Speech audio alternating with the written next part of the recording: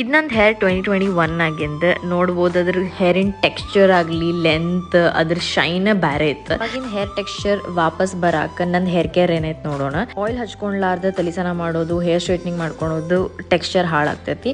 So ಚಂದಂಗೆ ಎಣ್ಣೆ ಹಚ್ಕೊಳತೇನಿ. ನಾನು ಭಾಳ ಎಣ್ಣೆ ಹಚ್ಚಂಗಿಲ್ಲ, ಬಿಕಾಸ್ ಶಾಂಪೂ ಜಾಸ್ತಿ ಯೂಸ್ ಮಾಡ್ಬೇಕಾಗ್ತೈತಿ ವಾಶ್ ಮಾಡಕ್ಕೆ. ಸ್ಕ್ಯಾಲ್ಪಿಂತ ಹಿಡಿದು ಫುಲ್ ಹೇರ್ ತುದಿ ಮಟ್ಟ ಆಯಿಲ್ ಹಚ್ಕೊಂಡು ಎಲ್ಲ ಡಿರೆಕ್ಷನ್ನಾಗೂ ಕೋಮ್ ಮಾಡ್ಕೋತೀನಿ. This regulates blood circulation.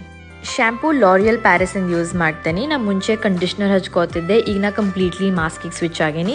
One is from the hair biology and other one is from L'Oreal. ಎರಡೂ ಸಖತ್ ಡೀಪ್ ಮಾಯ್ಶ್ಚರೈಸ್ ಮಾಡ್ತೈತಿ ನನ್ನ ಹೇರಿಗೆ. So from roots until end ಸ್ವಲ್ಪ ಜಾಸ್ತಿನೇ ಹಚ್ಕೋತೇನೆ, because this gives that salon style conditioning. ನಂದು ರಿಯಲ್ ಹೇರ್ ಟೆಕ್ಸ್ಚರ್ ಹಿಂಗೈತಿ. ಇದನ್ನು ಸ್ಟೈಲ್ ಮಾಡಿದ್ಕೊಳ್ಳೆ this is how it looks.